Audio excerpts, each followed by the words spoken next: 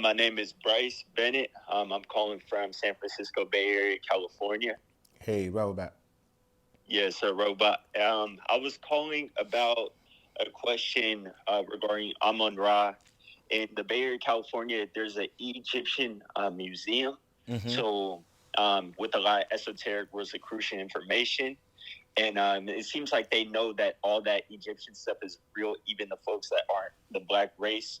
I've had encounters with Amun-Ra, and I was wondering you all's opinion on Amun-Ra, as Billy Carson talks bad about Amun-Ra in comparison to how he praises Thoth. But I feel like they're both of divine intelligence that's, almost at a, they're already ascended, and I feel like they're closer in their connection beyond what we are.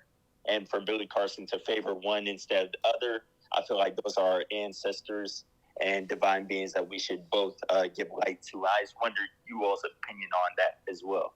Tua, thank you. Yes, sir. Yes, so the that's a the thing when you say Amun Ra, you have to remember that at the end of all prayers in the religious world, whether it's Islam, they say Ameen. Obviously, Christianity, they say Amen. In the Judaism, they say Amen. That is all relating to Amun, and Amun is one of our ancestors. And although, I remember I did a video about commenting on what Bill Carson was saying. That was misinformation to a certain degree. Well, it was misinformation. And what we're saying is that if you study, go back and watch, and you mentioned Tahuti as well. We've already done a video on who Tahuti is. And when you're saying Amun,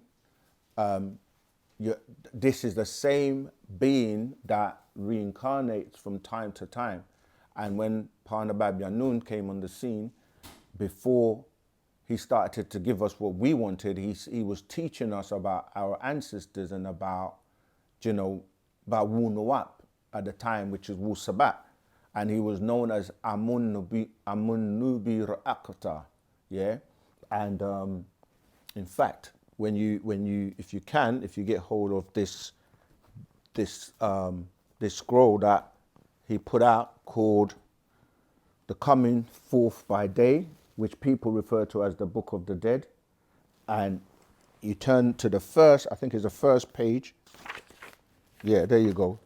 You will see that picture of the translator of this scroll known as Amanubi Ra'akata. And when you break the word Amun, which means the hidden one or the faithful one, because the translation is the faithful informer soul of the Pata'ite, Amanu Reak Patah, right? So I'm saying that to say that you're right, that when you start to look at the Europeans that are in they have like the Shriners, you will see that if you look at the symbols that they wear, they will have the symbol of Amun on there. But yeah, Amun is a deity, is one of our ancestors, and if he wasn't that important, why does everybody uses his name at the end of their prayers? So you're right. There's nothing wrong with that. Peace to all. My question is, can anyone make it to the higher realm or be accepted by the overseers? Can anyone make it? Of course, but obviously depend. We actually know people who have in fact, one of the master's first students, right, who wrote this book called I Know This Man.